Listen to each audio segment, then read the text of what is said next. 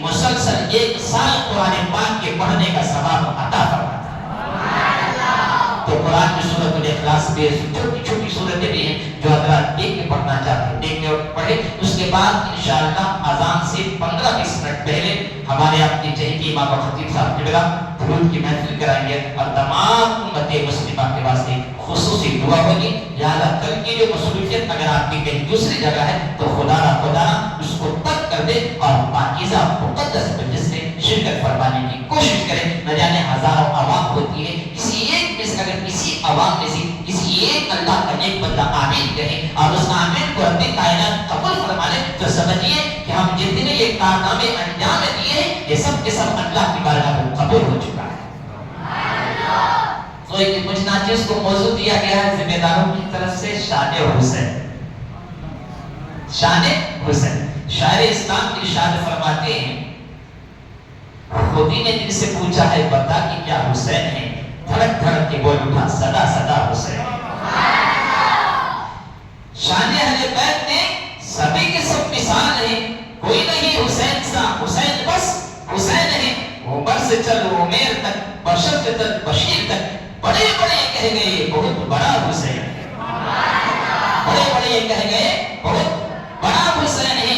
اور آگے ارشاد فرماتے ہیں کہ اس سے بڑھ کے جیت کیا، عجب لڑی ہے جنگ بھی حسین نے یزید سے، عجب لڑی ہے جنگ بھی حسین نے یزید سے، اور اس سے بڑھ کے جیت کیا، یزید تھا حسین ہے، اس سے بڑھ کے جیت کیا، یزید تھا حسین ہے۔ اور ہمارا عقیدہ ہے کہ الحمدللہ حسین اس میں قیامت تک رہیں گے۔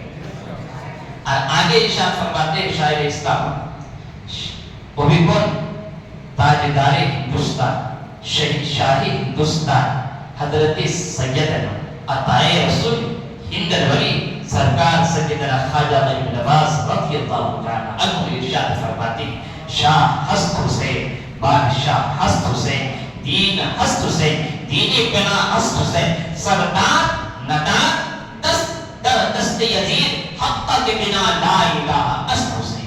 یعنی شاہ بھی حسین ہے، بادشاہ بھی حسین ہے، دین بھی حسین ہے، دین کو پناہ دینے والے بھی حسین ہے۔ حقیقت یہ ہے کہ حقیقت یہ ہاتھ سر تو دے دیا بٹ ہاتھ نہ دیا اپنا اس ناپاک یزید کے ہاتھ میں۔ حقیقت یہ ہے کہ لا الہ الا اللہ کی بنیاد ہی حسین ہے، لا الہ الا اللہ کی بنیاد ہی حسین ہے۔ اب آئیے عزیزان گرامی اصل گفتگو کی طرف آتا ہوں۔ ایک مرتبہ حضرت سیدنا عمر فاروق اعظم رضی اللہ تعالی عنہ منبر رسول پر خطبہ دے رہے ہیں۔ حضرت حسین مجتبی کی عمر چھوٹی ہے، یہ خطبہ دے رہے ہیں۔ مسجد نبوی شریف میں ہزاروں کی تعداد میں صحابہ بیٹھے ہیں، جمعہ کا خطبہ دے رہے ہیں، منبر کے قریب آتے ہیں، کہتے ہیں عمر منبر سے نیچے اترو، یہ میرے باپ کا منبر ہے۔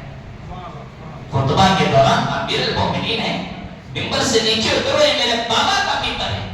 حضرت عمر فاروق اعظم منبر سے نیچے اترتے، پھر حضرت امام حسین فرماتے تو تیرے بابا کے منبر پہ چڑھ، تو تیرے بابا کے منبر پہ چڑھ کے خطبہ دے، یہ جو میرے بابا کا منبر ہے۔ حضرت عمر فاروق اعظم رضی اللہ تعالی عنہ کہتے ہیں اے نواسے رسول، میرے باپ کا کوئی منبر نہیں ہے، میرے باپ کا کوئی محراب اور منبر نہیں ہے، مجھے جتنا اتنا منبر عطا فرمایا ہے، مقام عطا فرمایا ہے، بادشاہی عطا فرمایا ہے، یہ آپ کے نانا کے قدموں کی برکت ہے۔ اتنا کہنا تھا، پھر حضرت آقا حسین فرماتے ہیں اچھا تمہارے بابا کا کوئی منبر نہیں ہے، پھر دوبارہ منبر پہ چڑھو، پھر دوبارہ منبر پر چڑھو۔ عزیزان گرامی حسین مجتبی کا اتنا کہنا تھا، عمر فاروق اعظم رضی اللہ تعالی عنہ منبر رسول پر چڑھتے ہیں، اعلان ارشاد فرماتے ہیں اے لوگوں اللہ کا شکر ہے کہ اس منبر رسول پر ایک مرتبہ خال رسول پاک نے چڑھایا ہے، دوسری مرتبہ نواسہ رسول نے چڑھایا ہے۔ عزیزان گرامی یہی کچھ ایسے بھی خارجی ہیں اپنے آپ کو نسبی کہتے ہیں اور حضرت سیدنا عمر فاروق اعظم کے متعلق عداوت اور بغاوت ڈالتے ہیں کہ عمر فاروق اعظم اہل بیت سے محبت نہیں کرتے۔ توبہ غلط بات ہے، پوری تاریخ پڑھیں گے تو معلوم ہوگا کہ آقا حسین کو زندگی میں کبھی بھی سلام کرنے کا موقع ہی نہیں دیا۔ امیر المومنین کتنے بڑے بادشاہ، امام حسین مجتبی چھوٹے، امام حسین مجتبی چھوٹے. ایک مرتبہ حضرت امام حسین سوچنے لگے کہ آج میں عمر فاروق اعظم کو سلام کر کے رہوں گا، سلام کر کے رہوں گا. لہذا جس راستے سے حضرت عمر فاروق اعظم روزانہ آیا جایا کرتے تھے، عمر فاروق اعظم کے آنے سے پہلے حضرت امام حسین رضی اللہ تعالیٰ عنہ روڈ کے کنارے آ جاتے ہیں. دور ہی سے دیکھتے ہیں کہ امیر المومنین عمر فاروق اعظم آ گئے. لہذا ایک دیوار کے پیچھے میں چھپ جاتے ہیں کہ جیسے عمر فاروق اعظم قریب آئیں گے میں آگے فوراً سلام کر دوں گا. تو حضرت عمر فاروق اعظم رضی اللہ تعالیٰ عنہ راستہ طے کرتے کرتے جہاں پہ امام حسین چھپے ہوئے تھے وہیں پہ آگے کہتا السلام علیکم یا حسین ابن علی. حضرت امام حسین رضی اللہ تعالیٰ عنہ تعجب سے جواب دیتے ہیں، کھڑے ہوتے ہیں تو کہتے ہیں آپ کو کسی نے بتایا کہ حسین یہاں پہ چھپا ہوا ہے؟ اللہ السبب. اس کے بعد والے جملے کو دل میں تعویذ بنا کے رکھ دیجیے گا. میرے مومن والی مرتضی حضرت عمر فاروق اعظم عرض کرتی شان فرماتی ہے اے نواسہ رسول، آپ کو تلاش کرنے کے لیے کسی سے ڈھونڈنے پوچھنے کی ضرورت نہیں ہے. ارے خوشبو بتا دیتی ہے کہ نواسہ رسول کہاں ہے. خوشبو بتا دیتے ہیں کہ رسول کا نواسہ کہاں پہ موجود ہے. عزیزان گرامی، آج آقا حسین صلی اللہ علیہ وسلم بچپن کی عمر ہے، کہتے ہیں چھوٹی عمر ہے، تقریباً 8 سال 9 سال کا بچہ، ہمارا آپ کا بچہ گلی میں گھر کی گلی میں کھیلتا ہے. تو امام حسین مجتبی بھی دوستوں کے ساتھ کھیل رہے تھے. تو ان بچوں میں ایک بچہ تھا جو امام حسین سے بہت محبت کرتا تھا. جہاں جہاں پہ امام حسین کا قدم پڑتا وہاں وہاں کی مٹی کو اٹھاتا، آنکھوں سے لگاتا، ہونٹوں سے لگاتا، سب کو ڈال دیتا. ایک مرتبہ میرا آقا کریم صلی اللہ علیہ وسلم راستے سے گزر رہے ہیں اور جو بچے کھیلتے ہیں ان تمام بچوں کے کھیلوں کا مشاہدہ فرماتے ہیں. تو یہ بچہ تھا امام حسین آگے آگے، پیچھے وہ ایک بچہ جہاں پہ امام حسین کا قدم پڑتا وہاں کی مٹی اٹھاتا، آنکھوں سے لگاتا، سر پہ ڈال دیتا. یہ سب معمول تھا. امام حسین سے دل محبت تھی. ایک مرتبہ میرا آقا کریم صلی اللہ علیہ وسلم 4 بچے کھیل رہے تھے. کھیلتے کھیلتے صحابہ بھی تھے ساتھ میں. جو بچہ امام حسین سے محبت کرتا تھا اس کو قریب بلاتے، اپنے مقدس ہاتھوں سے اٹھاتے، اس بچے کی پیشانی کو بوسہ دیتے ہیں. بوسہ دینے کے بعد واپس کر دیتے. صحابہ جو تھے وہ سب پریشان.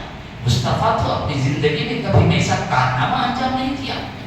آخر صحابہ پوچھتے تھے اے اللہ کی حبیب، اتنے بچے تھے، ان تمام بچوں میں سے آپ ایک بچے اسی بچے کو بلائے، اپنے مقدس نورانی ہونٹوں سے اس بچوں کی پیشانی کو چھوئے، اس کی وجہ کیا ہے؟ تو میرے آقا کریم صلی اللہ علیہ وسلم نے ارشاد فرمایا میرے صحابہ تم کو معلوم نہیں ہے یہ بچہ امام حسین سے بہت محبت کرتا ہے، اتنی محبت کرتا ہے کہ جہاں پہ میرے نواسے کے قدم پڑتے ہیں اس قدم کے نیچے کی مٹی کو اٹھاتا ہے، ہونٹوں سے لگاتا ہے، آنکھوں سے لگاتا ہے، اس مٹی کو اپنے سر پہ رکھ لیتا ہے. اے میرے صحابہ، گواہ رہنا کل قیامت کے دن میں اس بچے کی بھی شفاعت فرماؤں گا، اس بچے کے ماں باپ کی بھی شفاعت فرماؤں گا.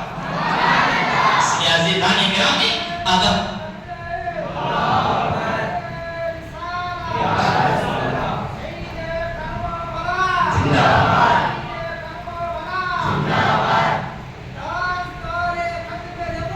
زندہ باد جنت کی جنت. حضرات جنت کی جنت. حضرات دیکھیے حضرت آقا حسین علیہ السلام کے مقام کو اتنا اللہ نے بلند کیا.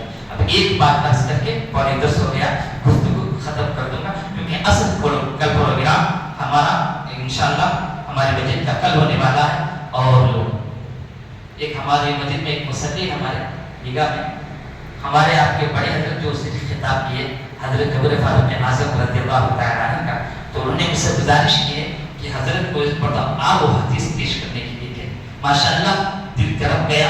فیس بک پہ بھی ہے بیان ہو. اللہ حضور والا کی علم میں برکت عطا فرمائے. ایسا خطاب کیے حضرت عمر فاروق اعظم اور حسین رضی اللہ تعالیٰ عنہ کے کہ اچھے سخت دل انسان بھی نرم ہو گیا. اللہ حضور والا کے اوپر میں علم میں برکت عطا فرمائے. اب آخری بات، سجدہ آپ بھی کرتے ہیں، سجدہ ہم بھی کرتے ہیں، سجدہ ساری دنیا کا مسلمان کرتا ہے. یہ بات اتفاق ہے. حضرت آدم نے بھی سجدہ کیا، حضرت نوح نے بھی سجدہ کیا، حضرت عیسیٰ نے بھی سجدہ کیا، حضرت موسیٰ نے بھی سجدہ کیا، حضرت یعقوب نے بھی سجدہ کیا، حضرت یوسف نے بھی سجدہ کیا، حضرت ابراہیم نے بھی سجدہ کیا، حضرت اسماعیل نے بھی سجدہ کیا، حضرت داؤد نے بھی سجدہ کیا، حضرت یونس نے بھی سجدہ کیا، حضرت عزیر نے بھی سجدہ کیا، حضرت ذوالکفل نے بھی سجدہ کیا، حضرت یونس نے بھی سجدہ کیا، حضرت شیس نے بھی سجدہ کیا، حضرت لوط نے بھی سجدہ کیا۔ گویا کہ جتنے انبیاء کرام، صحابہ کرام، شہداء کرام، اولیاء کرام، بزرگان دین، المؤمنین مومنات، مسلمین مسلمان دنیا میں تشریف لائے، سب کے سب مسلمان نے سجدہ کیا۔ یہ ہے حقیقت ہے نا۔ لیکن اسی گیتی پر، اسی آسمان کے شامیانے کے نیچے، اسی زمین کے فرش کے اوپر ایک اور سجدہ کیا گیا ہے، ایک اور